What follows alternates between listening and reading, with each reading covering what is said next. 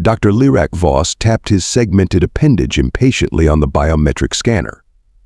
3 rapid blinks of his inner eyelids later, the security system finally recognized him with a soft chime.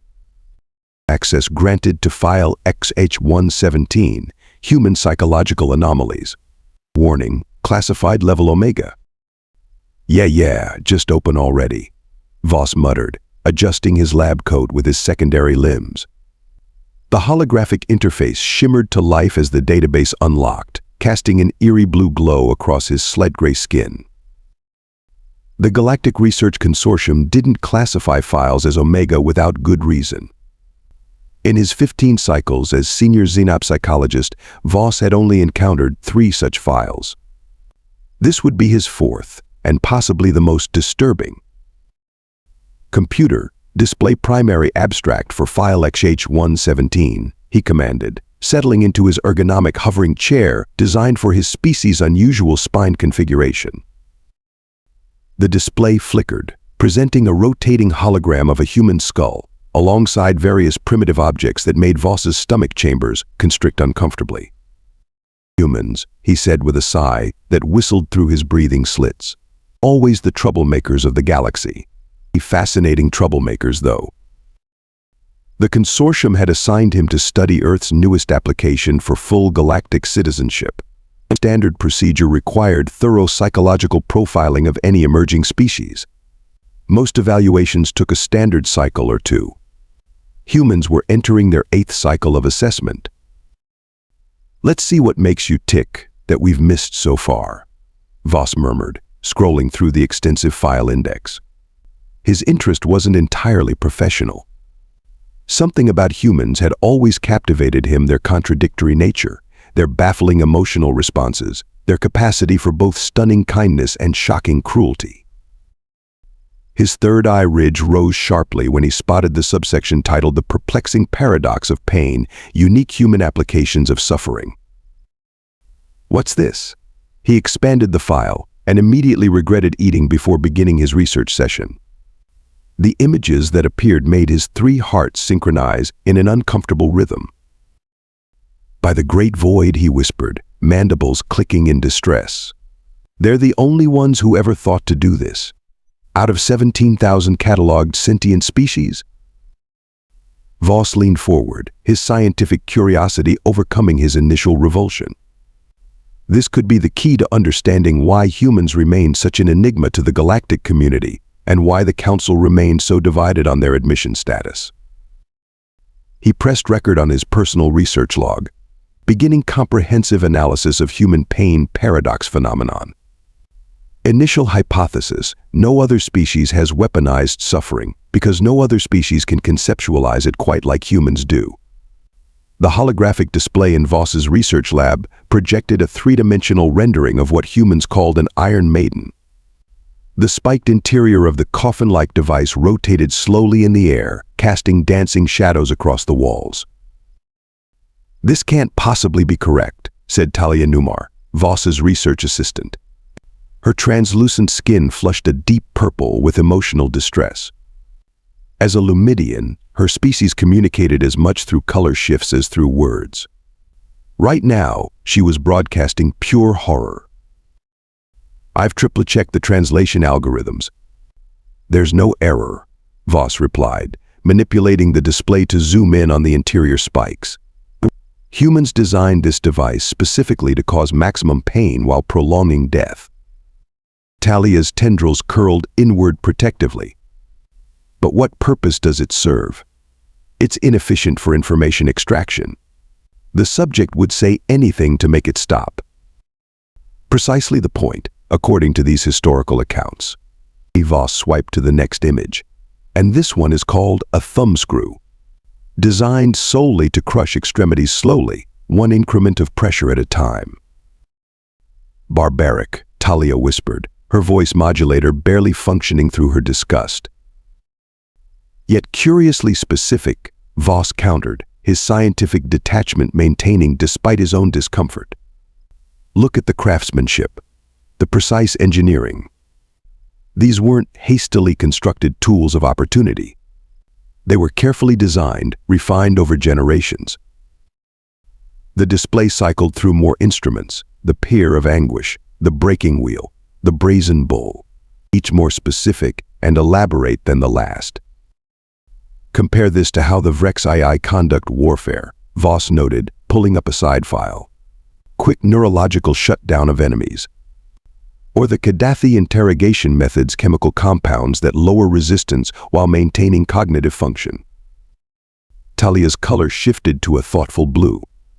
Even the Morkai, who everyone considers the most aggressive species in the quadrant, simply eliminate threats. They don't prolong suffering intentionally.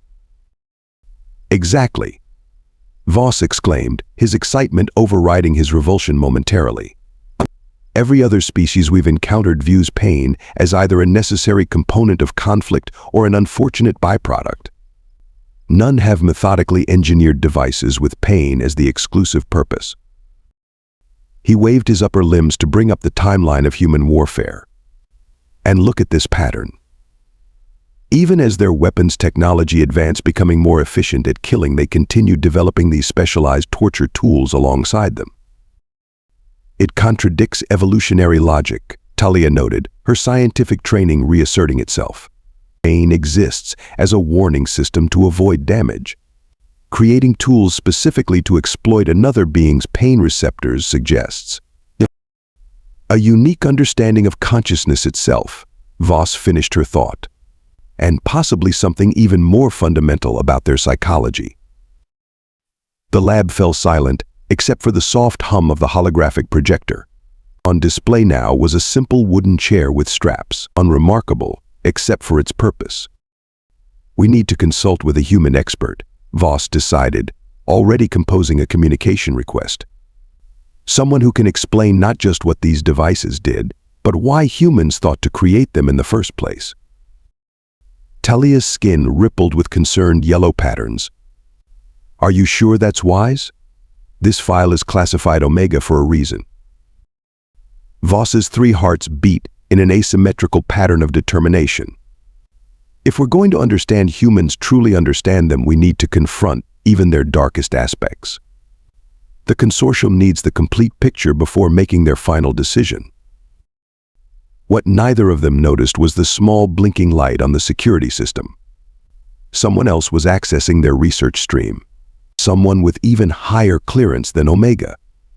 Professor Marcus Jacobson tugged at his salt and pepper beard as the holographic displays cycled through centuries of humanity's darkest creations. The human historian seemed remarkably unfazed. You appear surprisingly comfortable with these images, Professor, Voss observed, monitoring the human's vital signs through his lab equipment. Heart rate normal. Perspiration levels consistent. Pupil dilation minimal. Well, I've spent my career studying the history of human conflict, Jacobson replied with a small shrug. After 30 years, you develop a certain academic detachment. Though I admit, seeing them through your eyes makes them feel newly disturbing. Talia, still maintaining a respectful distance, had settled on a cautious shade of teal. We're struggling to understand the fundamental distinction between weapons designed to kill and weapons designed solely to cause suffering. Jacobson leaned forward, suddenly animated. That's precisely it. That distinction is everything. A sword, a gun, a bomb, their primary function is to end life. Their purpose is completion, finality. But these. He gestured toward the display, showing a collection of medieval torture instruments. These were designed specifically to extend the experience of pain, to draw it out, to create a narrative of suffering. A narrative? Voss's upper eye ridge twitched with interest. Humans think in stories, Dr. Voss. We experience time linearly, but we conceptualize it narratively. These devices aren't just causing physical pain, they're telling a story about power, about control, about consequences. Voss exchanged glances with Talia. This concept of psychological warfare, we've struggled to translate it properly. Other species understand strategic advantage, deception, even intimidation. But this deliberate manipulation of fear responses in an enemy. It's about breaking the will, Not just the body, Jacobson explained, pulling up his own datapad and swiping through to find a specific reference. Here the ancient Chinese lingqi, death by 1,000 cuts. The victim would remain conscious through much of it. The anticipation of the next cut became as much a torment as the physical pain itself. Talia's tendrils coiled tightly, but surely the most efficient path to victory is to simply eliminate the threat. Jacobson laughed, though there was no humor in it. Efficiency has rarely been the point of human cruelty, I'm afraid. Sometimes the goal was information extraction, yes, but often it was about sending a message to others, in creating fear, establishing dominance through elaborate displays of power. Voss's recording device whirred softly as he dictated notes. So these instruments served a communicative function, a form of language. In a way, yes, Jacobson nodded. But what I find most interesting about your research question is this. If humans are truly the only species to have developed torture as a concept, what does that say about us? What cognitive or emotional capacity must we possess that others don't? The laboratory fell silent as the implications hung in the air. Perhaps, Voss said carefully, it suggests a unique relationship with empathy itself. Jacobson's eyebrows rose. How so? To inflict suffering most effectively, one must understand it intimately, Voss theorized, his scientific mind racing ahead. To design these instruments, humans needed to imagine the pain they would cause, to project themselves into the experience of the victim. A disturbing hypothesis, Talia interjected, her color now a troubled gray-blue. But potentially significant, Jacobson said, his expression thoughtful. It might not be that humans are uniquely cruel, but that we're uniquely able to imagine ourselves in another's position for better or worse. Voss felt a chill run through his exoskeleton. What if the very trait that made humans dangerous was inseparable from what made them valuable to the galactic community? The Grand Hall of the Galactic Research Consortium hummed with murmured conversations as various species filed in and found their designated seating arrangements. Voss stood at the presentation platform, adjusting the holographic controls with what Talia recognized as nervous energy. His skin had taken on the slightly mottled pattern that indicated stress among his kind. Quite the turnout, she whispered, her own coloration a supportive amber. Even Ambassador Telix is here. Yes, and Dr. Keldar UX, Voss replied, eyeing the imposing figure in the front row. The renowned xenobiologist from Praxis IV had published extensive work arguing against human inclusion in the Galactic Council. His presence today was no coincidence. The lights dimmed and the chatter subsided. Voss straightened his posture and activated the main display.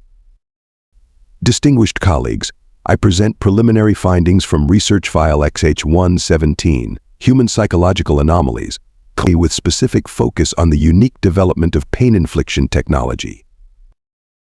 The first holographic image materialized a 16th century rack, shown both in diagram form and historical illustration.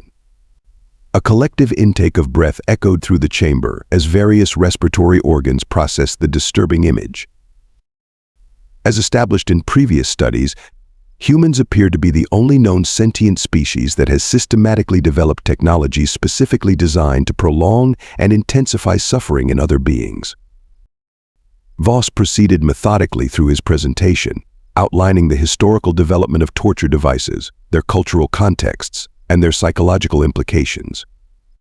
As he concluded his initial findings, he took a deep breath.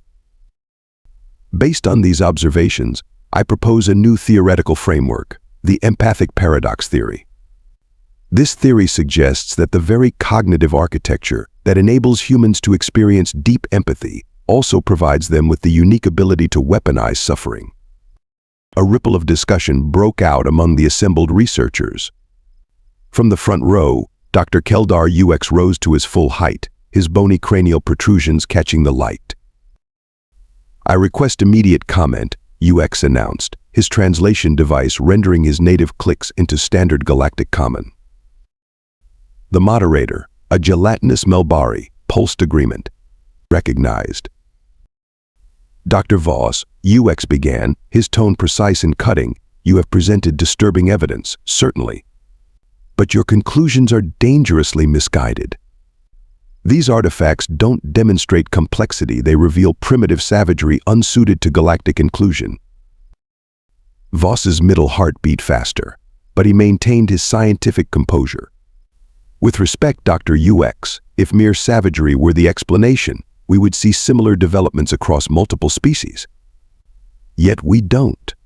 The Graxil, despite their territorial violence, never developed beyond quick-kill weaponry. The Tauran hive minds, for all their ruthless efficiency, never conceived of prolonging death for psychological impact. Are you suggesting, UX countered, his voice rising, that humanity's propensity for cruelty is somehow a positive trait? I am suggesting, Voss replied carefully, that it represents a cognitive complexity we haven't encountered elsewhere. To design a torture device, one must mentally model another's pain experience. One must understand what another consciousness feels. This requires sophisticated empathic mapping capabilities. A Thandarian delegate raised her sensory appendage. Clarification requested. Are you proposing that torture requires empathy? This seems contradictory. Not contradictory, paradoxical, Voss explained, warming to his subject. To truly understand how to cause suffering, one must be able to imagine that suffering. The more accurately you can model another's pain, the more precisely you can target it. Humans can project themselves into others' experiences with remarkable fidelity for both compassion and cruelty. Dr. UX made a dismissive gesture with his primary limb. A convenient rationalization. You're suggesting that humanity's darkest trait somehow justifies their acceptance into our community? I'm suggesting, Voss countered, that we're observing two sides of the same cognitive coin. The neural architecture that allows humans to imagine another's suffering is the same that allows them to create art that moves beings across species boundaries, to develop ethics that extend moral consideration to non-human entities, to connect with consciousness radically different from their own. The hall erupted in overlapping discussions. The moderator pulsed for order. If I may, came a new voice. A human observer, Dr. Eleanor Park from Earth's Diplomatic Corps, stood at her station. Perhaps this debate highlights the very reason this file carries Omega classification. We humans are aware of our dangerous paradoxes. What Dr. Voss calls the empathic paradox. We've recognized throughout our history in different terms our capacity for extraordinary kindness and extraordinary cruelty, often within the same individual.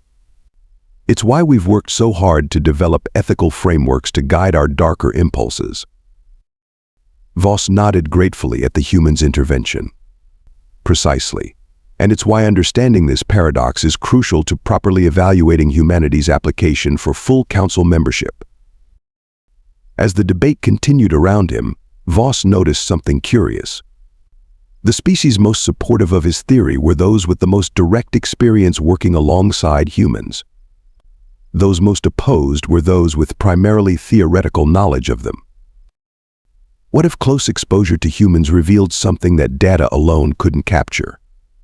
Something that might be key to unraveling this puzzle? The transport shuttle descended through Earth's atmosphere, breaking through dense cloud cover to reveal the scarred landscape below. What had once been the thriving metropolis of Nueva Esperanza was now a patchwork of reconstruction zones and memorial parks, the aftermath of the South American resource wars that had ended just 3 years prior. Your species rebuilds quickly, Voss observed, his exoskeleton vibrating slightly from the shuttle's descent. Most civilizations would abandon such a location after conflict. Their human liaison, Agent Torres, smiled thinly. We're stubborn that way. Talia's skin rippled with patterns of concern as she looked out at the cityscape. And MS. Cortez agreed to meet with us here? This must hold difficult memories. She insisted on it, Torres replied. Said context matters for understanding. The shuttle landed on a small pad atop a newly constructed peace center. As they disembarked, Voss felt the higher gravity of Earth tugging at his joints. He'd taken adaptation supplements, but they never quite eliminated the discomfort of planetary variations. Amelia Cortez waited for them in a sparse meeting room. Her silver-streaked hair was pulled back severely from a face mapped with lines of experience. She stood as they entered, her posture military straight despite her civilian clothes. Dr. Voss. MS Numar. Welcome to what we once called hell. Voss felt unexpected nervousness as his translator rendered her words. This human had, by her own admission, participated in acts that were now central to his research. His scientific detachment wavered momentarily. Thank you for agreeing to speak with us, MS Cortez. Your perspective is invaluable. Amelia, please. She gestured to the chairs arranged in a circle. No desk, no barriers.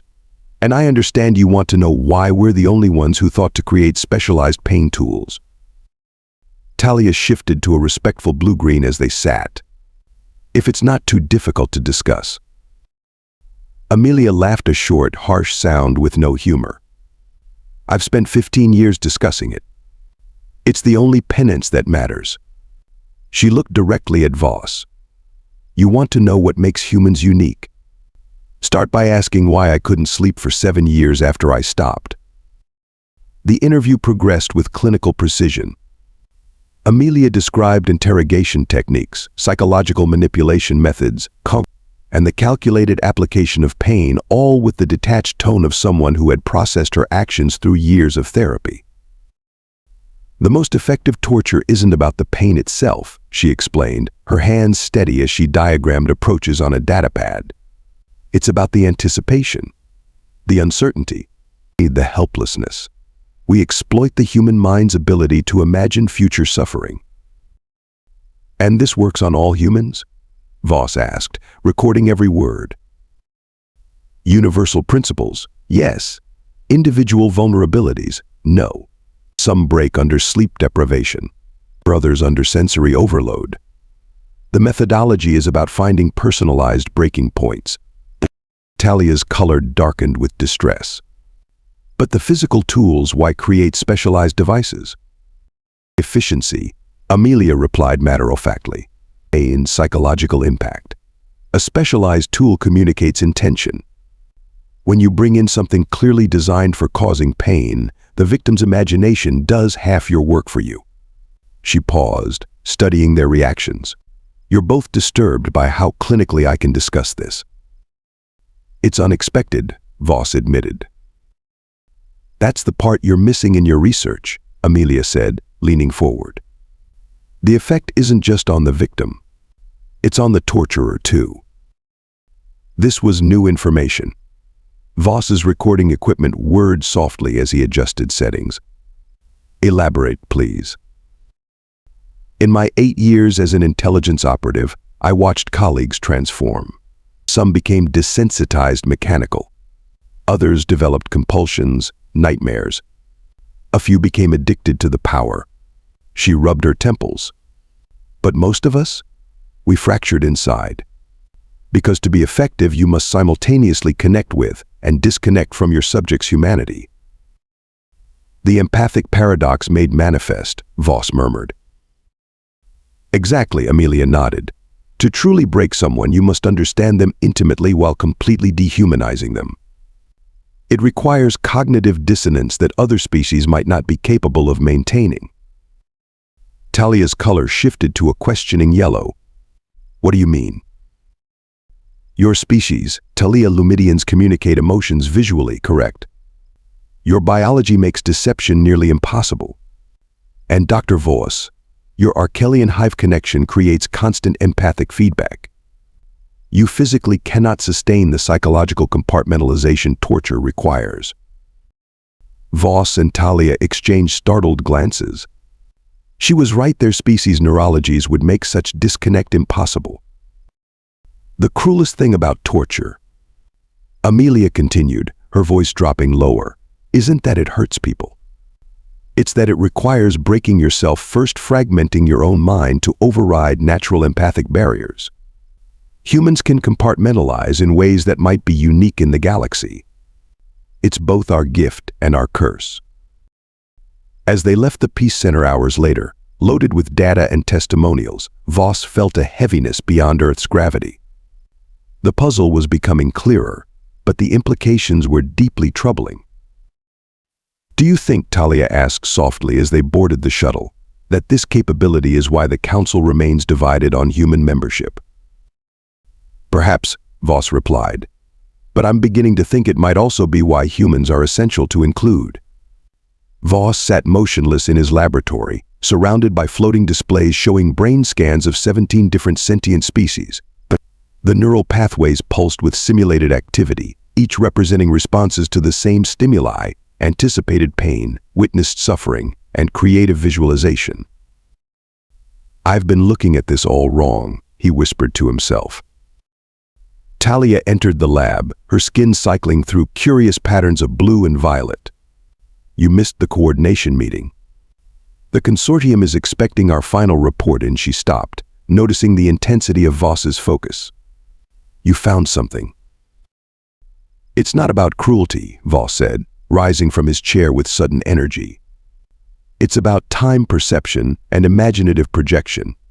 Look at these scans." He manipulated the displays, bringing human neurological responses to the center. "When we first identified the empathic paradox, we assumed the key difference was in emotional processing. But that's not it. The difference is in temporal imagination." Talia moved closer, her scientific curiosity overriding her lingering discomfort with the subject matter. "Explain." "Every species experiences pain as an immediate sensation, a warning system, as you said before." Voss highlighted specific neural clusters in the comparative displays. "And most sentient species can recognize pain in others of their kind through various signaling mechanisms." "Basic empathy," Talia nodded. "Even the hive mind Xerics show agitation when witnessing injury to another Xerix." "Yes, but observe the human responses to anticipated future pain." Voss enlarged a specific scan. "See these activations? Humans don't just recognize current pain or remember past pain. They can project themselves into future pain states with extraordinary fidelity." He pulled up comparison scans from other species. But the Volmari can anticipate immediate danger. The Durovi can remember past injuries with perfect recall. But only humans show this pattern, this ability to fully simulate a pain experience that hasn't happened yet. Talia's skin rippled with understanding. "So when humans design torture devices, they're using the same neural architecture that allows them to create art, literature, music," Voss finished excitedly. "It's their extraordinary imaginative projection. Humans don't just process what is, they constantly simulate what could be." Voss activated a new display showing the timeline of human artistic and technological development alongside their warfare and torture innovation. The correlations were unmistakable. "Look here," he pointed. "Renaissance Europe, extraordinary advances in art, perspective, humanism alongside increasingly sophisticated torture mechanisms.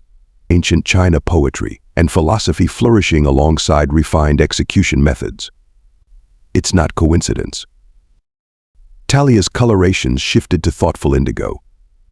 "The neurological capability to project oneself into an imagined state can be directed towards sublime beauty or excruciating pain," Voss concluded. "That's the breakthrough. Most species experience consciousness as a continuous present with limited projections. Humans live simultaneously in the present and in countless imagined futures and alternative realities." He brought up another display, a simple experiment he'd conducted. Various species had been asked to draw what they believed their existence would be in 10, 50, and 100 years. The non-human responses were largely practical extensions of present conditions, but the human responses included elaborate scenarios, emotional states, fears, hopes, dreams. This is why they created specialized torture equipment when no one else did, Voss said softly. Not because they're uniquely cruel, but because they're uniquely able to project consciousness across time and possibility. They can simulate experiences they've never had with remarkable accuracy. Talia examined the data, her scientific mind processing the implications. And this same ability allows them to write poetry about places they've never visited, to compose music that makes other species weep, to imagine the inner lives of beings completely unlike themselves. Exactly. Voss began rapidly organizing his findings into a coherent presentation. Their art and their cruelty both stem from the same cognitive architecture, an architecture that's precious and terrifying.